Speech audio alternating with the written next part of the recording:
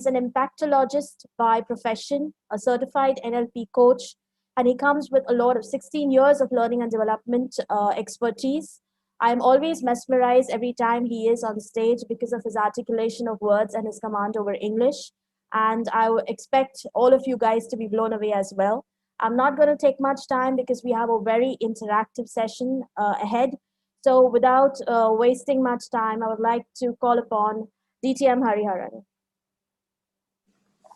Hey, good evening. How are you all? I hope you all are doing well. COVID is treating you well. I know it's a pandemic, but still it is how it's treating you. It should be treating you well. And more importantly, I hope you're enjoying your time. That's more important. We are definitely going to enjoy today evening. Before we get into the competencies of success, I would really like you to take the audience through your journey of how you are where you are professionally. And I know you're an impactologist and I know you work with banks, but you are a learning and development specialist for so many years. So how do the two, mix and match, and how do you work around this? Okay, so during the introduction, if you remember, I just said that I've seen 3 downturns in my entire career till date. So the first downturn was when I just got into the job world in the 1999. So we had the dot-com crisis and we were just overlooking the the meltdown of Singapore and South Korea and Hong Kong and Taiwan. So I those days I used to be in sales. So over there, I realized that sales is a good job to be in, but it's always important to be at a place where you can make salespeople. So that's when I stumbled upon training. And I picked up training. I never knew that 2008-9 I would see another downturn. Now that's the time I actually changed a job. And I must tell you, I changed a job in 2008, just before the crisis hit. The crisis hit in October and I changed my job in July. But I can tell you that I was the number 1 performing trainer in that organization too. And then I changed my job again in 2010, or rather 2011. So when the market was picking up, I changed then too. And I changed my job recently. In fact, I quit completely. And now in fact, that was 1 year before COVID. But I'm still doing well for myself. Honestly speaking, that's the only thing that I do every time is keep upgrading myself. That's the secret. Keep adding something new to your quiver of arrows, to your armory, that will give you that edge over the others. That's the only thing I have in mind. Ranira, over to you.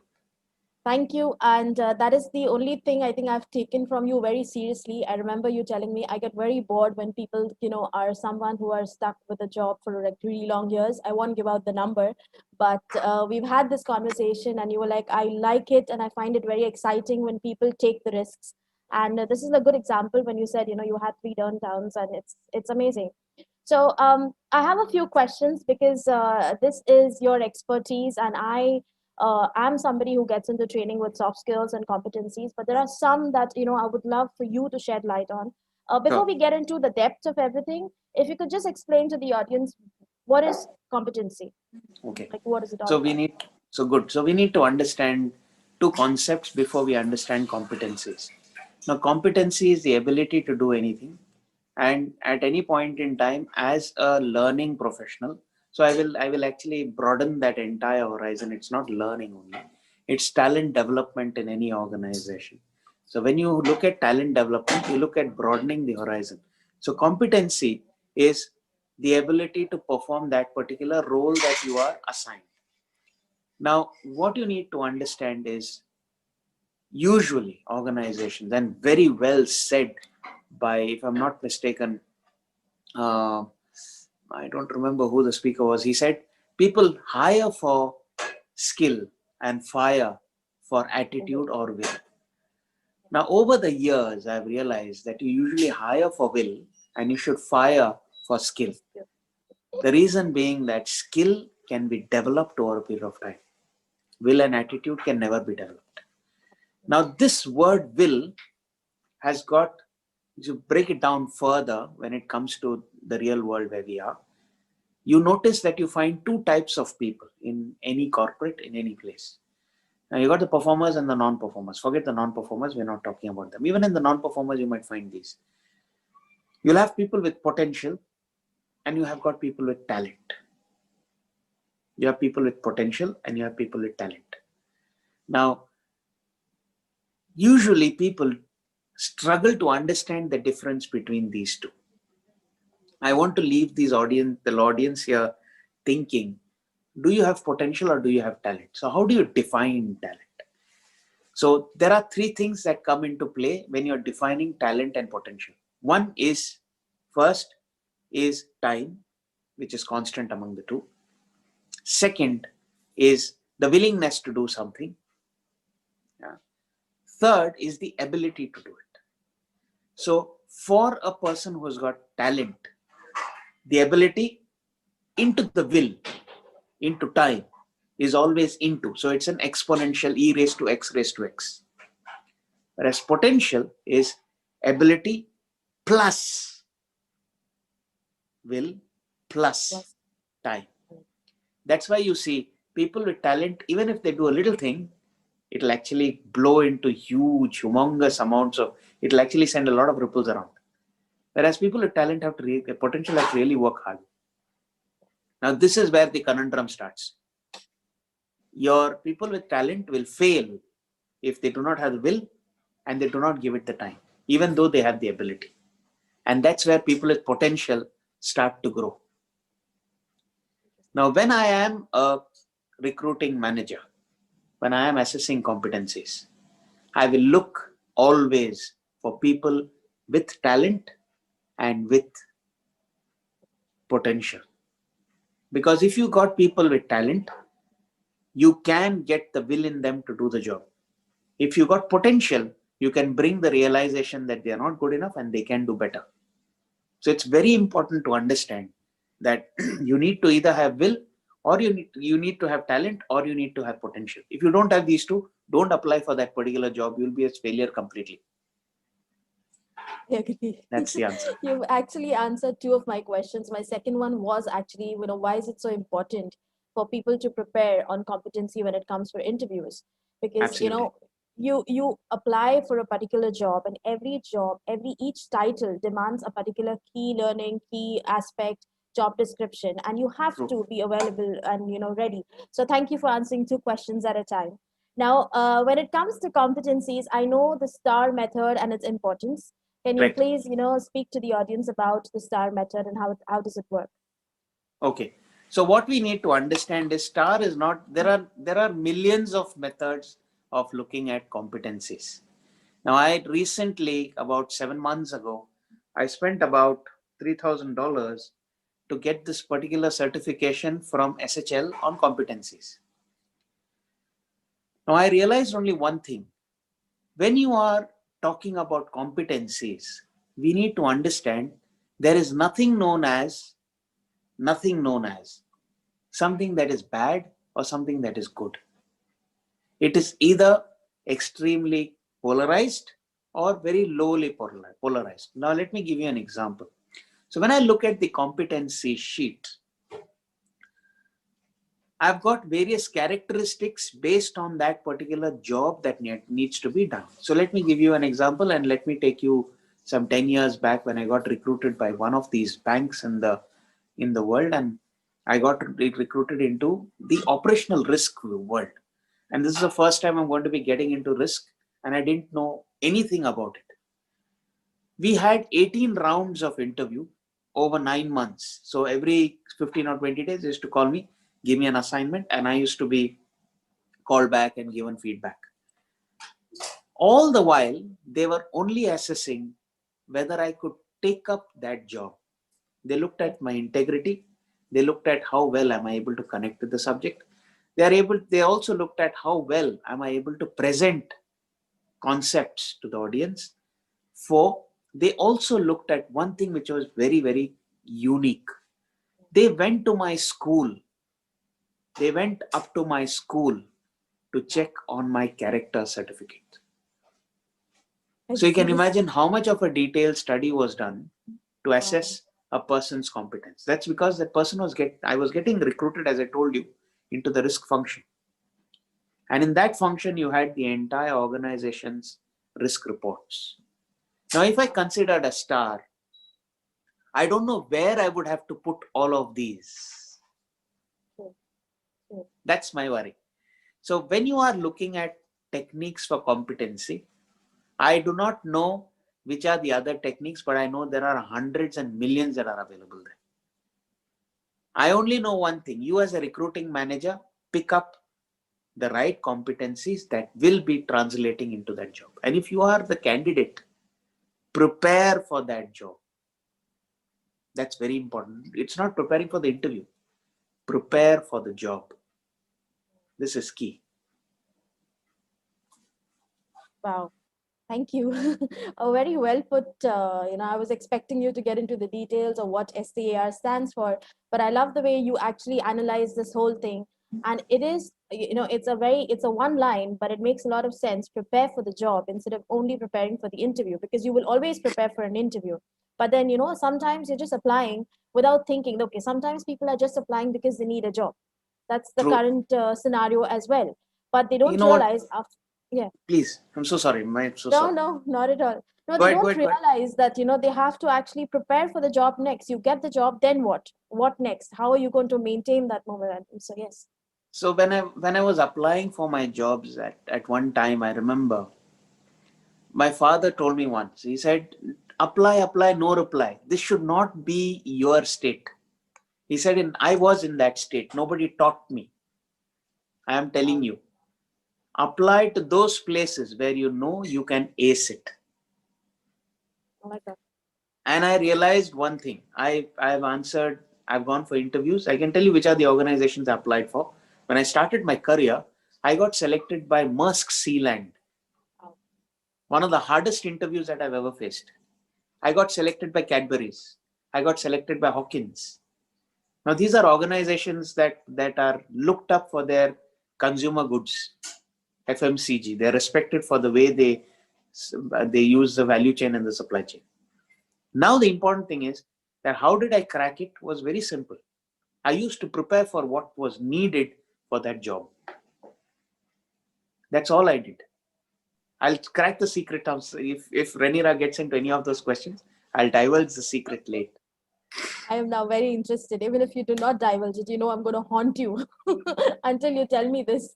But No thank you so problem. much for actually getting us into this in-depth knowledge and experience. It's always nice to hear somebody who comes with the real experience, because then you can relate with that person. Now, the current scenario, the pandemic, has Yes. changed a lot of things for a lot of people in a lot of different aspects, Yes. including competencies, including soft skills, including the Superb. job titles and everything. So now I do have a list of competencies which have always been in great demand in the market, but there are few, keeping pandemic in mind, that I True. want to, ask you, and in fact, request you to actually tell the audience all about. So I have few. The first Please. one and the most interesting one is adaptability. Superb. In fact, I must tell you this. You need to adapt and you need to adopt. If you do not Yes, adapt and adopt, believe me, you'll have to abort. You'll have to let go halfway through. I And agree. one of the favorite things that I always look at is remember this. You need to be like water. Take the shape that you are put into. However, determine your own flow because that's your individuality. This is key. Take the shape of where you're falling into, but determine your flow. That's adaptability. And when it comes to adaptability, I've learned. So I'll tell you some things that some people, when I look back at my resume today and when I sit back and look at how has my career gone through, I can tell you that I've made some fatal mistakes in my life while changing jobs. So let me give you an example. I was working with Tata AIG, extremely good position. I was the regional training head. I had some 40 odd trainers reporting into me. I never even looked at the crisis coming in. I picked up a job with Bharti AXA and it was complete culture shock because the working culture between Tatas and Bharti is hell of a difference. It's poles apart. What did I do was only one. If you are in Rome, act like a Roman. Very simple. Dog eat dog culture, you'll have to become a dog. There is no other way out.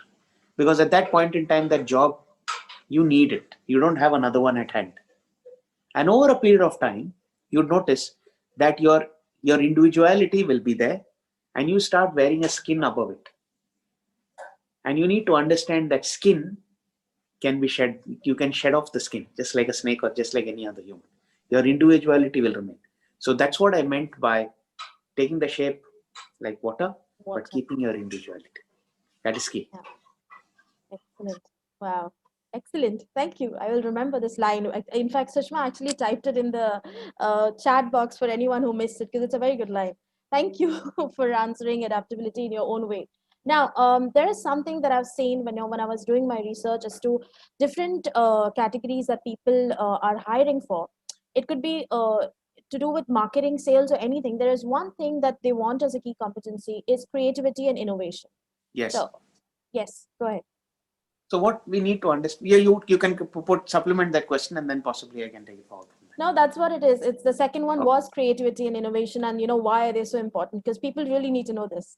Okay, we need to understand creativity and innovation is so I must draw the premises here. You need to be creative and innovative within the guidelines. You cannot become creative and innovative breaking the guidelines. You can come up with ideas, but need to understand that certain policies are laid down, processes are laid down, procedures are laid down. Within that, what is creativity is how seamless can you make it from point A to point B. If the process is laid down, keeping the process in place, how can you actually make it more seamless? So let me give you an example. So when we started off banking about 15, 20 years ago, we used to have application forms to be filled. And I can tell you, opening a bank account was like getting married. That would be the feeling. Oh my God, I opened a bank account. I used to be feeling so happy. My father opened an account for me in the year 1992. So I was very happy. Now opening a bank account is child's play. You can go onto the net and just open the account. In fact, it is as easy as a click of 7 or 9 button or 9 clicks of OK, and the job is done. That is creativity and innovation. So the process remains the same. Okay. However, you have only made that process a little more seamless. It is important for us that creativity and innovation does not at any point in time give the person in a thought in the mind of breaking the rules and going into those uncharted territories which can actually destroy someone's career. And in the competency sheet, integrity is directly linked to creativity and innovation. I will give you an example of a question which comes in sometimes. How likely are you to break a process when it is on that particular day, you need to actually meet your target? Usually people will say, I'll give up my target and then go for it. Some 5 or 6 questions later, that same question will come in a different form. And then you get caught. So inherently, if you have it in your mind that you'll not break the process, it will show in that creativity and innovation that yes, you are willing to stand within those parameters. And that's how we hire. That's how I assess the integrity of people who come in. Wow. I like that you're giving an example for everything. So for people who don't understand the technical terms, they can at least relate to the story or the example. So thank you so much for simplifying all of these things. Now the third one is critical thinking. Oh, very nice. Go ahead. Okay. So critical thinking is, now what is the word? Critical thinking is 2 words put together. So critical is when you can look at the other side, or when you can look at something that is really, you can open it up, unwrap it, as I would call it. And thinking is when you can think and assume what could go wrong. So let me give you an example. Let's say you're taking a drive from here to Abu Dhabi in a car. All right. You know that your car is in pristine condition, and you know that you can cruise at a particular speed. Let us say 140 or 160. Let's say the rudders are placed at 140. Now, critical thinking is Not that you will hit at 140. Critical thinking is, how will I not get flashed by that camera? Critical thinking is, let's assume that on the road, on the fast lane, I have got a car which is going a little slow or there is an accident. How am I going to control the car at 140? True. How will I not go to sleep on that wheel? I know my car is good. The car has got no problem. However, you never know what can happen. So the what can happen is the critical thinking. Now, what you need to do is very important for everyone when you're designing your SWOT. We usually have got SMART goals, SMART, specific, measurable, achievable, realistic, and time bound. We all know of this. You need to add 2 more concepts to it and make your goals smarter. You need an E, which is emotional, and you have an R, which is rational. The rational aspect is all those things that can stop you from achieving your goal. So that's all about critical thinking. So what is it that can go wrong if Murphy had to come alive on that particular day? Very well put. Simple. Wow, thank you. With the Abu Dhabi race thing, you reminded me of a friend. He's so good. He knows the track so well that he always know where, when, and how to escape the flash. So it just did take me down memory lane as well. I have one more in this particular slot, keeping pandemic Please. in mind. Problem solving and the importance. Right. Okay, so problem solving. I will go back to this quote by Deepak Chopra. Dr. Deepak Chopra is one of my favorite speakers, and he says, to solve a problem, you do not have to think out of the box. Usually people say, think out of the box and you'll get a solution for the problem. You do not have to think out of the box because there is no box. I like that. Now, problem solving is all about being solution oriented. This is the first thing. You know what? My father used to always say this. 3 types of people. The weak minds are the ones who discuss problems. The average minds are the ones who discuss people. And great minds always discuss solutions. So at any point in time, problem solving is when you are solution oriented. Do not, this is something that I'm not advising anybody, it's a suggestion. Do not think whether that solution will work or not. Always think of the solution. Whether the solution will work or not is none of our business. I'll give you an example. Colgate Palmolive 1983. The brand awareness, brand loyalty was humongously high. They were growing, but sales was not growing. Dichotomy. If your brand loyalty grows, your sales should grow. But sales was not growing, but brand loyalty was growing. A CEO addressed his entire team, 1 downs. What should we do? They tried everything possible in the book. I don't know if you remember. I know y'all are all not as old as I am, but there used to be that ring that used to go around the family. Ting and ting, there used to be 2 rings. Now, that was the concept that was started by the board, but it didn't work. The CEO had no option but to come and address the entire audience in a town hall. And he said, ladies and gentlemen, we have a problem. Our brand awareness is good, but our sales is not good. What should we do? Somebody on the shop floor said, why don't you increase the width of the nozzle by a few microns? The CEO immediately called him over and asked him, what is the logic? He said, try it and we'll see. They made a batch of about 10,000 and tracked how fast did this batch get over. And it got over faster than the normal one. So the CEO asked the man, how do you know this? He said, very simple, sir. Every morning and evening is when you brush your teeth.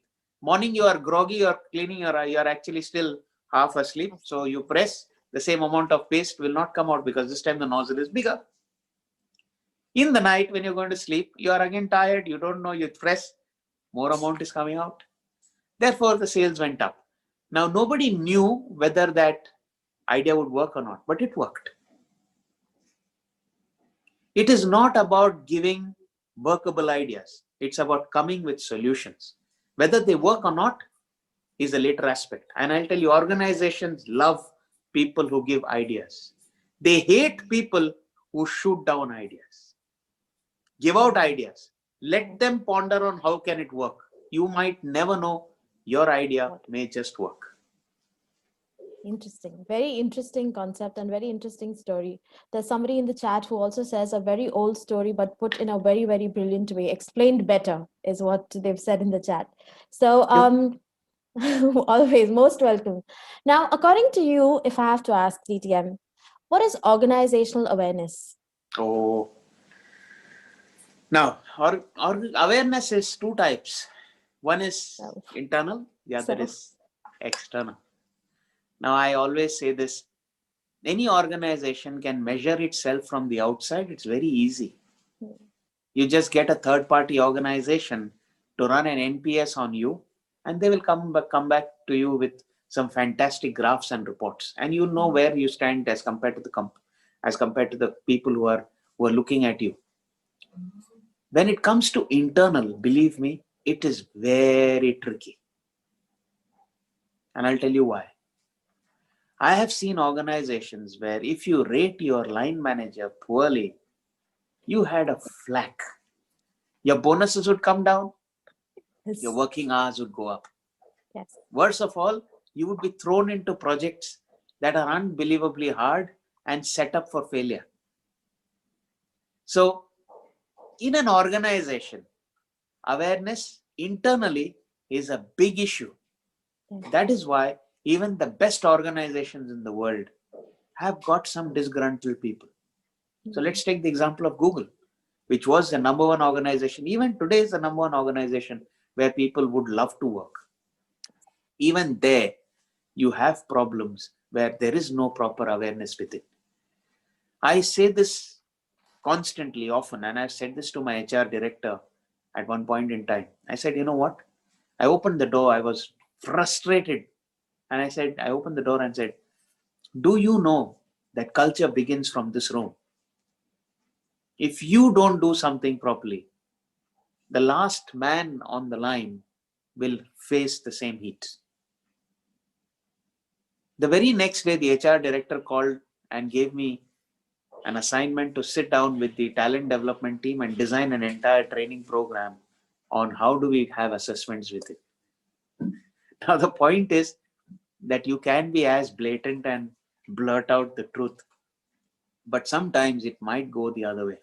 So you need to understand that where you're working, the culture of the organization, you need to assess that and then give your feedback. But awareness within an organization is key. I believe that if you are clean inside, you'll automatically become clean outside, because it's always inside out. It's never outside in. It's never outside in. It's always here and then there. That's why they say, set your house in order first before you go and set your neighbors. Charity begins at home. I'm smiling because... You're muted. No, I'm fine now. No, I'm smiling. I can't hear because... you. Hello? Yeah. Can you hear me now? Yes. Okay. I'm smiling because I know exactly what you mean now. I've been for one of a course and you know about it, but internally, externally, all of these things, the mind game, the everything, let's not get into that, but you know exactly what I mean, and I know exactly what you mean now. And the importance of it comes with a lot of hard work. I do agree. But yes, I'm very, very grateful that I know now what it is to know yourself internally and not externally. And I love the example, set your own house first and then look at everything else. Now, there is something that I read today in my research, because I have you on board and I didn't want to let you go with the simplest question. So I've done a hell lot of research on everything that I could ask you today. There's this new thing that people are looking into. It's importance of valuing new media literacy. Okay. So what is your take on this, and how do you think people can implement this in their current upgrading themselves in their competencies and skills? So you say media literacy, correct? Yes. Okay. So what we need to understand is media literacy, as far as I know, is when I'm looking at all of us, we are all connected through some form of social media. I would rather put it as multimedia, because it's not only one form of media that's connecting you. There are mediums a different medium that connect you. Medium is wrong English. There are different medium that connect you. So social media is just one aspect of it. So when I pick up, let us say, a particular job. Now, I'm a risk trainer, as I told you, and I love compliance as a subject. So let's assume that today you as a compliance officer are applying for a compliance job. Okay. Do you know how to use the multimedia or the different mediums or medium of platform that is available there to check on someone's character? Interesting. This is just one example. If you are a salesperson, how do you identify which are the different medium that you can use to research on your customer? Yeah. Now, each role has got a certain amount of media that is required for them to study. So you and me, Rhainira, we are in the field of learning. Yes. How do we ensure that our knowledge is up to date? What is the different media or the medium that we are using to upgrade our knowledge? Because we are as good as what we were just yesterday. Yes. The past is gone. Yeah. The past is no gauge for your future. Yeah. Therefore, it is very important for us to understand how you can keep upgrading yourself using the different tools. And media is just another tool. Yeah. So let me tell you something more. This morning when I was taking a shower, I was actually reflecting on this book by name Sapiens by Yuval Noah Harari. Dr. Yuval Noah Harari, I'm sure many of you all would know. Yes. He writes in the book that as humans progressed, the power of people has changed. So in the beginning, it was muscular power who was strong. As time progressed, somebody who had a lot of land became more powerful. Then as time progressed, somebody who had more money was powerful. Then it became people who got knowledge are powerful. Today's age is people who can network. And that is why media is so important.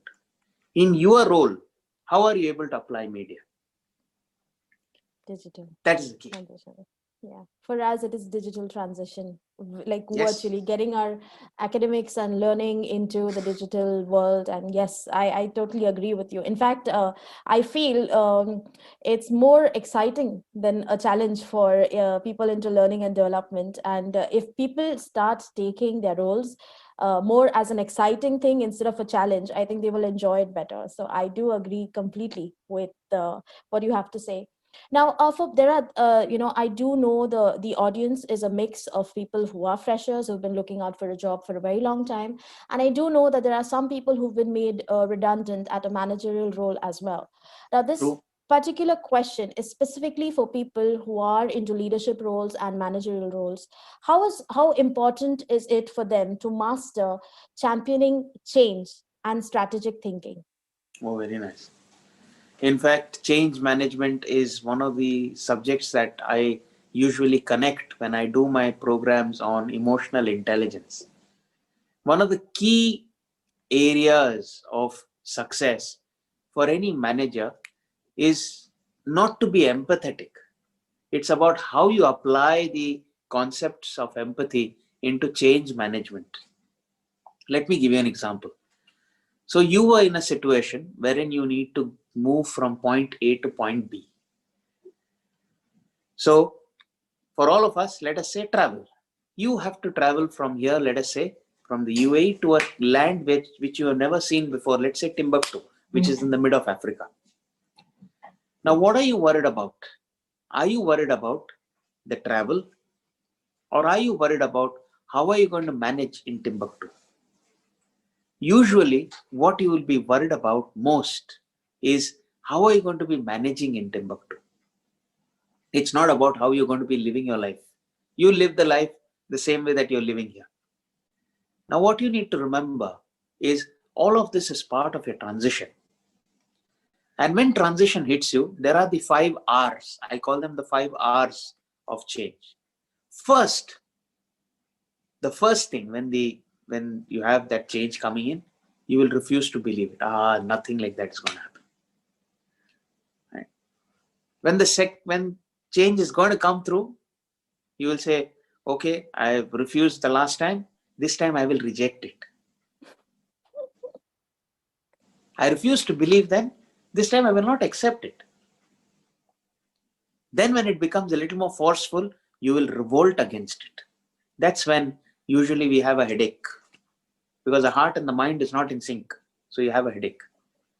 Then you have no option but to go with the flow and reconcile to the fact that you have to accept it. That is the entire journey of the transition. Once you have done that, then you are only rejoicing success. Okay. Managers usually fail in the first two stages. They reject and they refuse. Yeah. So The moment you reject and refuse, you are in denial mode.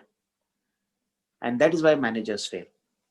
Now, if you are a good change leader or a change manager, you will always look at the future, as I told you, water. So you'll take the shape and you will be in that flow to move to the next level or move into that new position that you need. And this is where I usually tell people that it's not about change. I hate this word change, but I love the word transformation.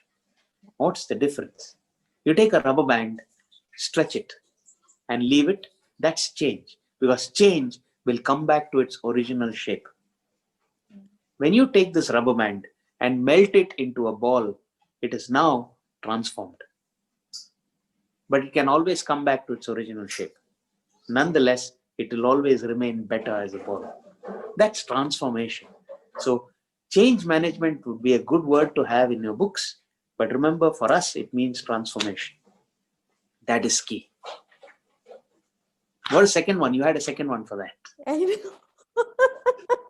I do have a second one, but I was just trying to understand, because for us, we've understood now what changes and how to maintain equanimity and all of those things with change. And that is something that is lacking. And I love the fact that you do change management. It's something that even I like to pay attention to. Change management, attention management are two things that people don't emphasize on, and I think they should, because it's a transition and you have to be True. ready for change. And now there are people who think that, post pandemic, again, things are going to get better, but they don't realize the world is on a reboot. It's not going back to what it was. It's just going to It keep cannot. changing. Yeah. So I agree completely. Now you took a little bit of my, next question into your previous one, but I will still ask you because this is one of my favorite. Some people know it as stress tolerance, but in the current terminology in 2020, it's something that people are more familiar with, which is called emotional resilience. And please, True. it's one of the most important soft skills in trending 2020. And there are a lot of people who don't understand the importance and why is it important. So please, DTM Hariharan. See, we need to understand that one of the biggest problems that the pandemic has brought in is catching everybody by surprise and on the wrong foot. True. So let me give you an example again. So Please. for people who love to travel, imagine getting locked up in a house for 9 months. I can give you my own experience. I stepped out of my house on the 20th of March when I went for my COVID test. Today is the 21st of October. You can imagine how many days have I been at home. The only place I visit is my terrace and my early morning walk. That's all I do. Now, the important thing is, as I told you, during these phases when you are thrown into the furnace all by surprise, you as an individual have to understand that that furnace is not going to reduce its temperature anywhere soon. Therefore, we have only the option of adopting, adapting, or aborting. Aborting would mean that, you know what, you just give up your life. And that's what most people do. They get into depression. Why do people get into depression? Not because that they want to get into it, that's because they do not know that they're getting into it. And that's where we as individuals have to build that amount of resilience for ourselves. I used to always tell in my training rooms, it is good to be alone, but it is bad to be lonely. Interesting. It's good to be alone, but bad to be lonely. If you know how to be alone, you will actually manage any situation. True. That's because when you are alone, you have self-time. When you have self-time, the chatter here will reduce. When the chatter here reduces, you understand what is to be done better. Automatically, you work on yourself, your competency builds, and you become a better individual. So we need to learn how to be alone. I'm saying again, not lonely. We need to be alone. Yes. And that's why they say there is me time that is needed. Yes. I'm sorry to say this, people do not understand the me time properly. They do not. So we all have to work on our mental, emotional, and spiritual quotients to build on ourselves so that we can take another shock like this if it can come any sooner. Yeah. Because a shock like this was felt only in the 1940s. The World War was the only one. So it's about 60 years since, or 70 years since we've seen it. We have Over a to you, Ren. request. We have a request from Tulika for you, saying elaborate a little bit more on this aspect of how. I know what part she's not typed it, but I know what she means. She's asking you to elaborate more on how to learn to be alone but not lonely. Tulika, Okay. if I'm right. Couple of things that people usually do is when they are going through stress, I've gone through that same level. I'm extremely stressed and I just need some form of an opening to eject the entire thing into the universe. First things first, rule number one, this is the worst thing that you can do. You need to know how to calm it within. Let's look at this about 150 or 200 years ago. 200-300 years ago, people didn't even realize that they were going through emotional stress. How would they calm it? Very simple. They didn't have any of these methods of television and mobiles and pads to watch a movie or go out and party. All they would do is find a way of cooling themselves from within. One of the best recommended methods is meditation. And recently, in fact, Rhaenyra went for Vipassana, so I know that. Yeah. One of the best ways is to meditate. Yeah. How many of us have the resilience in us to meditate for 5 minutes when the chatter here is completely silenced? None, or very few. So if we are able to do that, believe me, you have definitely grown by that one notch, which is much better than going outside and looking for an ejection mechanism. And that's what I meant by being alone. In NLP, the first lesson we were taught is know yourself, wherein we used to take the palm of our hand and feel our body. That's being alone. When you sit down and introspect on what you did the whole day, that's being alone. Being alone is not watching a movie, is not looking at that iPad, or is not about reading a book. It's not about getting to the desk, downing a couple of drinks. That is not being alone. That is loneliness. You're crying for company. That's not what alone is. Don't get that definition wrong. And that is key. Yeah, right. Thank you so much for answering that, Tulika. I hope that answers your question. And there was no better way of putting it than meditation. And I would actually recommend it for everyone. It is a 10-day course, and you complete like 100 hours of meditation with no contact with the outside world. It is a discovery of yourself, and you will find yourself in a place where, at the end of the day, you'll be like, this is so stupid. I was looking out for answers outside when everything was within. So it's a recommendation. DTM Hariharan has done Vipassana as well for 14 years back, isn't it? 14, That's yeah. correct. Okay. I now know why you have so much clarity with everything, and I know how to get it now. So I'm pretty much there, and I'm very happy that I have achieved it, because it's a lot of hard work. But yes, it is a lifelong learning. Now I have something. So we did speak about new media literacy and the importance of social media in current times. But there's a word called social intelligence, Oh which yes. people don't understand. So if you could please, yes. Oh yes. In fact, social intelligence is something that at this point in time, for some reason, I feel in fact, if you ask me to if you ask me to give it a connotation, I'll give it a quotient. The word Please. quotient. So so the quotient for social intelligence for some reason is definitely diminishing. Yeah. Now, what we need to understand is the word social itself comes from the third level of the Maslow's theory of hierarchy. Yeah. When we are in an audience, in a community. Yeah. So when I say social intelligence, it's very simple. It's about how I am responsible being in a community. I'll give you an example, and this was startling. I was reading this. This is a paper that I think Daniel Goleman Hmm. had apparently presented about 5 years ago.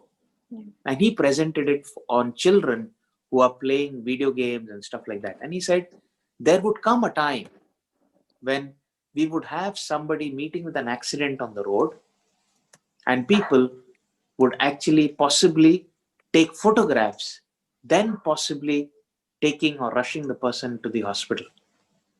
And today, Dr. Daniel Goleman has been proven right. Yeah. To be more precise, let's take another example. I know it's a little controversial, but I want to dive into it. In last year, we had this particular incident in New Zealand where somebody opened fire at a particular religious place. Yes. And the person was so obnoxious and audacious, must I say, that she streamed it live on social media. Now, that is not being responsible at all. People who are watching it are learning from you. And we need to understand there are a lot of people there who are vulnerable. Any act of yours can actually push them over the ledge and they can go the other side. Yeah. We are all people who live in a society, and our responsibility is the well being of the entire society. My mother usually says one bad fish in the pond can make the entire pond go bad. So it's just like that. Therefore, it is not about they, it's about me. I told earlier, charity begins at home. If we are intelligent enough to behave properly in society, automatically the society will start to change. There's a very nice story about the IBM. So there is this new manager who goes to this office, and in IBM, everybody is busy working. So the first day he walks onto the floor and he says, "Good morning." Nobody even looks at him. And he says, "Oh my God, what type of culture is this? IBM?" He says, "No, no problem. I will continue doing what I'm doing." The next day, he says, "Good morning." One or two people look at him as to who is this mad psychic person who's come into the office and screaming at the top of his voice. The third day, "Good morning." A few more people looked at him. As it went on day 21, there was one person who came up to him and said, "Good morning." Now, what happened was he was only socially intelligent in that place and did not give up doing what is correct. I'm saying again, what is correct, not what is right. There is a difference between correct and right, and I'm not going to get into that discussion. So what is correct? When you are in the social circle, you need to be correct, not right. Because right is your perspective. Correct is the society's perspective, what is universally accepted. So we need to be correct at any point in time when you are behaving in the society. So do what is correct for the society. Do not do anything that is wrong. True. Very true. That is key.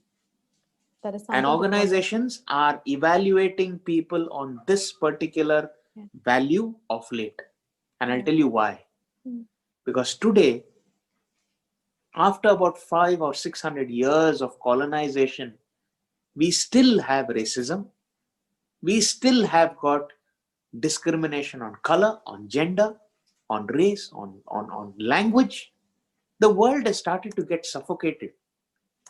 So they are coming out with these concepts of how do I measure the quotient of this particular person's social intelligence. And that's how we assess if this person will respect everybody in the system. Yeah. So true. That is key. So it is not only within the community, it's also within your organization. Over to you, Ranira. Thank you so much. I see you looking at the time, and I'm looking at the time because I know you have to finish, not me. I am very, very overwhelmed with all these answers, and I'm like, I have a pen. You know, I always have a pen when you're saying something, and I'm always writing. And I take everything you say to heart so much, and with so much of attention. So I have one question that, you know, it is a little related to what you just spoke about. It's about diversity, and to frame it correctly, what are your thoughts about cross-cultural competencies? Oh, yes. Cross-cultural competencies is one of the key for any person to grow in the future. We are not in the world of the 1900s where we would take 6 months to travel from here to the UK. You take 6 hours to travel from here to the UK. Gone are the days when you would take actually 6 months. And now it takes 6 seconds to travel to the UK through this particular device that we are using. So that means over the last 120 years, we have actually bought 6 months into 6 seconds. Let's understand this. What's going to happen is now you're going to get more exposed to different cultures, different nationalities, different languages, different thinking people, and more importantly, different genders. Why genders? It's not male and female. Now you also have an it who's in the middle. So there are those countries that have come up with the neuter gender. Yes. So when you come to that, when you come to these, how do you behave with all of them? Because people behave by the way they are brought up. They behave through their experiences. People from a war-torn country are usually very aggressive. People from a very docile country are extremely soft. People from a country who have been colonized for a very long time are very subservient. People who come from countries which have been colonizing are extremely arrogant and aggressive. So if you do not understand all of these nuances, believe me, you will get it completely wrong. Yeah. And I'm saying again, wrong, because in your perspective, it is not correct. And it is not correct for the audience also, so it is completely incorrect. Correct. Therefore, it is very important for us to understand what different nationalities are you going to be connecting with. Study a little. So I'll give you an example. British. I've worked with a lot of British and I get along with British extremely well. The reason is only one. British are extremely sarcastic. You tell them, oh, wish you good morning. They'll say, what's so good about the morning? So you say, you know what? The sun is shining brightly. You say, when did the sun not shine so brightly? You know what? You'll get these sarcastic responses. So you need to be one up on that sleep. So, oh, I didn't know that. You say good morning. So what's so good about the morning? So tell me what's so bad about your morning. They love when you do this. And they hate when you become subservient. Whereas when it is an American, you would expect the person to be straight. Say good morning, the person will say good morning.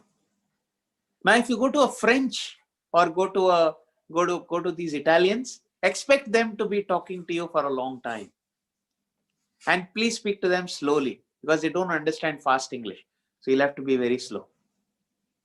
When you go to an African or a South African or you go to an Australian, ensure you speak about greenery, about nature, because they love things like that. When you go to Africa, trust me, they are the most down-to-earth people. Yes. We know them as people who actually steal in their countries, but they're one of the most subservient people. So if you do not know how they behave, you'll actually rub them up the wrong way. Yeah. So going forward, because we are connecting in 6 seconds across the world, it's important that you do a little bit of study on all of them. And that's going to be key. Because they are the ones who are going to be assessing you and me. We are not going to be assessing them. Over to you. I totally agree. I actually expected the Russian as well in the examples, but we won't get there. But I actually do get along with the Africans a lot. In fact, I actually get along with them like a house on fire. I don't know how. Probably it's the vibe, because you need to understand how each culture takes things, even with the way we utilize our hand gestures and how it is different in each country, and we forget that not everybody is used to the same one, and you may be abusing somebody in another country while as you're greeting somebody in another. So I'm glad that you gave us these examples, and the chats are actually filled with a lot of countries. So there are people asking about Portugal, German, and a lot of other things. For that, you might have to go on a one-on-one with DTM Hariharan. Now, I do have a few questions from the audience. And please, let's take all of them. No problem. Yes. Yeah. So before I get into the audience, I want to say thank you to the YouTube viewers for being with us and being a part of this journey today. And it has been a delight for me, for all the audience. Everybody seems to be really engaged, DTM, and they're very, very happy with your conversation and very, very elated, I think. Now, the first question is from Tulika. It is about how to handle politics at workplace, especially in today's competitive world. Very nice. There are two things that you can ideally do. Politics, people, and power are the 3 P's that will always go hand in hand. Yeah. Where you got people, there is politics, and where there is politics, there is definitely some power. Yeah. You need to understand that the best way to deal with politics is not to take any side. It's very important to be apolitical, neutral. Yeah. I have learned this the hard way. Very, very hard way. So I can tell you out of personal experience, 20 years in the corporate, about 22 years in the corporate, I can tell you it's very, very important to be apolitical and non-controversial. Non-controversial, yes. Because if you become political, you will have controversies flying out. You know what people are not scared about, or people are not worried about, or the organizations are not worried about personal stuff. So you may have a lot of controversies personally, but professional controversies will let you down. That's very, very important to understand. So do not get into controversies and taking sides. So that tight rope, or the tight walk, as I would call it, is what you need to get to. That it may not work in the present organization, but in the future, that's what will take you the distance. And I learned this from my mentor. And the mentor is extremely doing well in Saudi. He's the head of learning and development for one of the biggest banks. So he used to always say this: be apolitical, it helps. It always helps. Wow. I hope this answers your question, Tulika. And it's a very well said thing. And in a way, I think when you say that you're, damaging your own self at work, when you're trying to take sides or, get into a controversy, it also affects your own personal brand. And True. It makes it's the worst thing to do to yourself. And especially, keeping these, I do believe, especially, I mean, as an example, 9 to 6, you keep the 9 to 6 to 9 to 6. You don't get your work home and you don't take your home to work. And I think that is one way of also, maintaining that balance. And a tip to add to what you have to say is, this is something I always tell everyone. When people are giving you feedback or trying to get you into a controversial thing at work, just smile and just let it be. If you don't have anything good to say, it's rather to just be like, I don't want to get involved in something like this, and don't mix it up, don't take it to heart, just let it be. And that's about it. I think it's the best way to avoid, unless it's a debate. Then it's something else. Ranira, usually when you're going to get into a controversy, just stop and think if it is going to damage anybody or it's going to affect anybody negatively. Yes. If it's going to affect anybody negatively, do not do it. Yeah. Seek help. Yeah. Because if you do not seek help, you will be in trouble. So seek help. Definitely somebody who will help you. Definitely. Wow. Yes. And also for the people who hold grudges at work, there is a very good saying by Buddha, which is like, will nail things to the point. It says, hating someone is like drinking the poison yourself and expecting the other person to die. So, you're driving yourself into a miserable state. So it's like no point. So don't get into it. Now we have one more very interesting question by Wenzel. I'm going to get a smile on your face.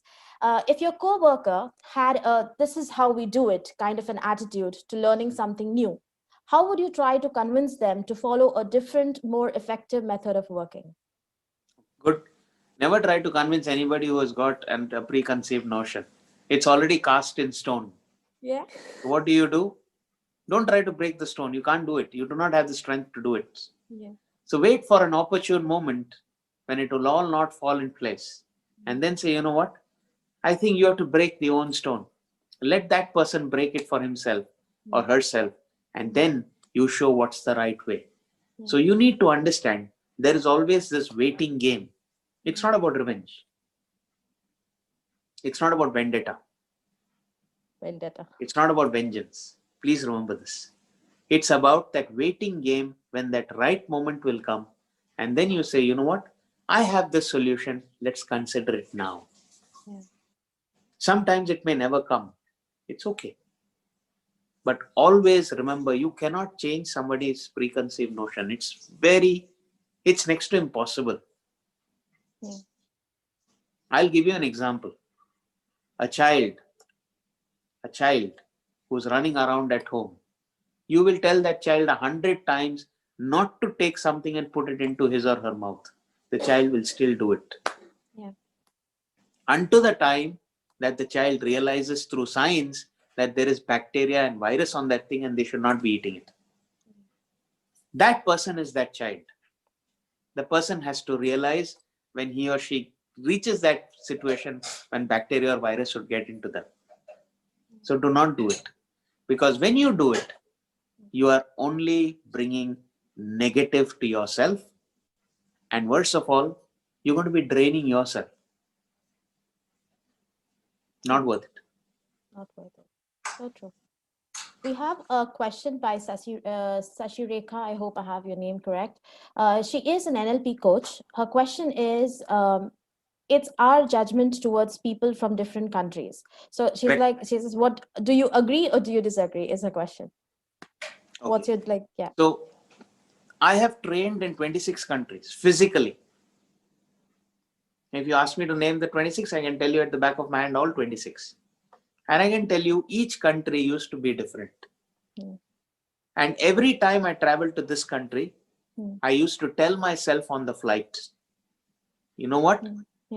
Keep an open slate. And remember, it is not the first interaction that makes it all. I have stayed in all these 26 countries at least for 2 weeks.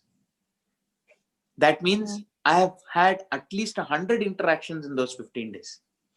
And then I found my notion about that particular country. I can tell you something today. In my previous assignment, I used to be working with UAE nationals. Today, I can strike it off with any UAE national. Any. That's something that I learned. I worked with Singaporeans. I can strike it off with any Singaporean. I can strike it off with the Chinese. So the thing is that it is about adjusting to their style. In NLP, we used to call it mirroring. So you take the style of that person's. All you need to do is just get into that person's zone and take the style. They will be a company. They'll actually sell into you. That's it. They'll just give in to you, to be more precise, because they actually see themselves in you. Why do you become best friends with anybody? That's because you can see some part of you in that person. That's all you need to do. True. Go with that clean slate and be just like that person. Very well answered. We have somebody in the audience named Nabila, and her question is very nice. It says, when someone is ethically wrong, how do you not verbalize it? I think this is in relation to when we said do not get into the politics. True. Very, very important. When you know that somebody is ethically wrong in the organization, there are two things you can do. You go and confront the person, you are expecting a fight. Follow the protocol, what's expected by the organization. If the organization says go and report to your line manager, go and report to your line manager. He may be your best friend. Yeah. So this is key. However, if it is outside and somebody is doing something ethically wrong, excuse me for that. Somebody is doing something ethically wrong, you can go and speak to that person. Not a problem. However, remember to have an open mind. I'll tell you where these conversations go wrong. Dr. Daniel Goleman in the book Emotional Intelligence rightly says it. He says, where do conversations go wrong is when you have a notion and you try to impose that particular notion onto someone else. Yeah. What may be ethically wrong for you may look ethically correct for that person. And I'll give you this. In fact, there is this very famous quote, which is a part of economics. It says, the end, I don't get that quote now. I think the end the end justifies the means. So you do not know. So this is like that conundrum. A person is stealing to feed a hungry child who's going to die. What is correct? What is wrong? What is wrong? Yeah. What is correct and what's incorrect? So there is nothing right and wrong in it, or incorrect and correct in it. So it's important for us to understand that you do not go with that self-imposing view to that person, else you're going to get into confrontation. You might as well understand why the person is doing it, and the person may have a very, very solid reason as to why that person is doing it that way. Sometimes it could be even ignorance. I agree. It could be ignorance. A lot of times it could be ignorance. Now we have a lot of questions from the audience, but before I get into all of them, I want to know what is your experience today being on Empowerment Talks and speaking to us about competencies and spending time with us? Okay. So that's wrong. In fact, why should I be even looking to the other corner? So it's very simple. See, please try and understand. This is topics that I keep dwelling on a regular basis. So it's like homegrown ground for me. I'm feeling at home, comfortable. You see, I'm sitting in my t-shirt, relaxed, chilling out, sipping my warm water as it would be being served at my sofa, of course. My mother serving it for me. So chilled out, relaxed. It is not a subject where I need to prepare, because nothing that I need to dig deep into history or research to speak to you. It's something that we do on a regular basis. Yes. I'm honored to be part of this conversation today, and thank you so much for actually taking this opportunity. And I'm even more blessed to be able to host you today. This means the world to me, actually. And when Neville actually said that you're going to get you, he didn't even think twice. He's like, Ren, I know this is going to be very close to your heart. Do you want to do it? And I'm like, of course, yes. So he's like, you're sure? Because you just come back from Vipassana. I said, no, I never say no to DTM Hariharan.